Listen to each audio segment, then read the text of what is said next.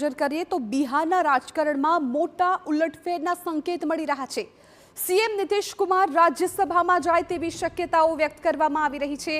નીતિશ કુમાર મુખ્ય પ્રધાન પદ છોડે તેવી અટકળો તેજ થઈ ગઈ છે।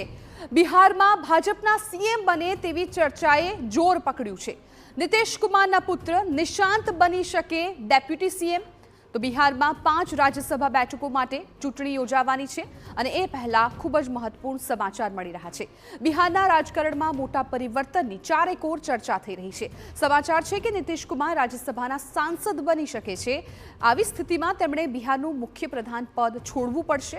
જો આવું થાય તો તે બિહારના રાજકારણમાં એક મોટી હલચલ કહેવાય।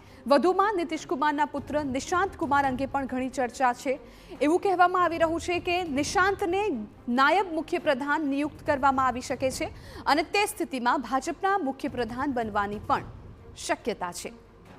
તો અત્યાર સુધી એવી ચર્ચા હતી કે નીતિશ કુમારના પુત્ર નિશાંત કુમાર રાજ્યસભાથી પોતાની રાજકીય કારકિર્દી શરૂ કરી શકે છે।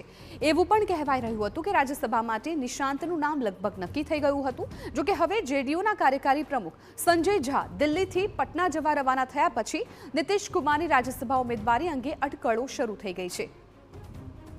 બિહારમાં 5 રાજ્યસભા બેઠકો માટે ચૂંટણી યોજાવાની છે, જેમાં જનતા દળ યુનાઇટેડ એટલે કે નીતિશ કુમારની પાર્ટી જેડીયુ 2 બેઠકો જીતે તેવી અપેક્ષાઓ છે।